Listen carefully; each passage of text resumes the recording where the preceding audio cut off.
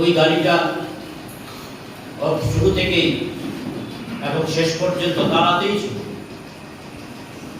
Comrade Khokon Debnath শুধুমাত্র আমাদের party অফিসের মহকুমা কমিটির গাড়ির চালক হিসাবে ছিলেন, বিষয়টা এমন না। এই অফিস বাড়িটাকে নিজের বাড়ির মতোই মনে করতেন। আমরা দেখতাম বিভিন্ন সময় অফিসের যে প্রতিদিনকার কাজ, সমস্ত কাজের সঙ্গে কমরেড খোকন দেবনাথ ওতপ্রোতভাবে যুক্ত ছিল।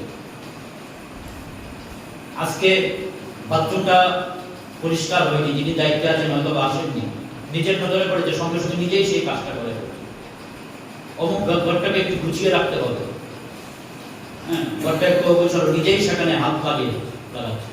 এইভাবে আমরা দেখতাম অফিসের দৈনন্দিন সমস্ত কাজের সঙ্গে ওতপ্রোতভাবে যুক্ত ছিলেন। খুব সকালবেলা চলে আসতেন অফিসে, সন্ধ্যার পরে রাত্রিবেলাও যতক্ষণ পর্যন্ত কাজ থাকে, অফিস খোলা থাকে, কমরেড খোকন দেবনাথ নিষ্ঠার সঙ্গে, খুব আন্তরিকতার সঙ্গে সেই দায়িত্ব পালন করেছেন।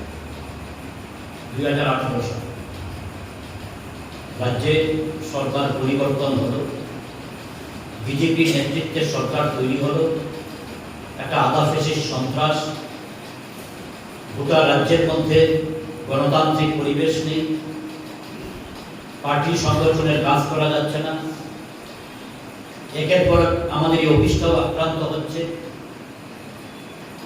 সেই সময় আমাদের পার্টির যে মুখপত্র ডেইলি দেশের প্রথম দিকে পত্রিকাটা চালানোর মতন কেউ নেই।